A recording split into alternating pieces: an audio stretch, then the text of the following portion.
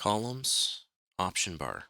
So we can load in the right columns. We want to make sure that we use structural columns and we make sure we load in those structural columns from the Imperial Structural Columns folders in that order. So let's click on that structural column. We have a 4x4 that we've already loaded in, and it's going to be vertical. We're not going to tag it on placement, but what we really want to focus on is the options bar. So what do we have to do there? You can see here the options bar has been adjusted based upon the tool that we're using, which is the column tool as opposed to, let's say, the wall tool. And we have just what we need here in order to make this column.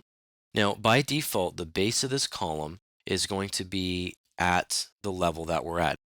So what level are we basing off of? Well, if I go to my project browser, that's always an important thing to refer back to.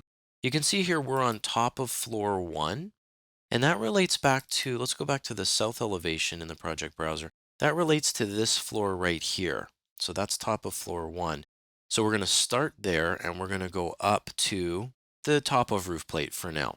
Now I can just click X and that'll close that view that I opened, that extra view. And now I can draw in my column. So if I go to the column tool, make sure we drop down the list and pick structural, just so we know we're using the structural column.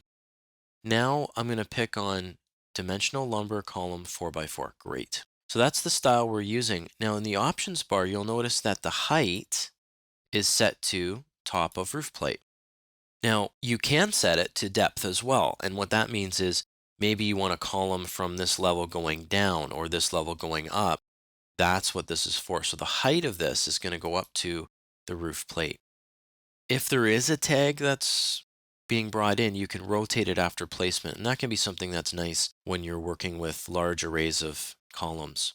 So there it is. We've chosen the correct settings in the options bar, and we can place it. And we'll also be looking at the properties bar to see what other information we can get in there too. We'll look at that later.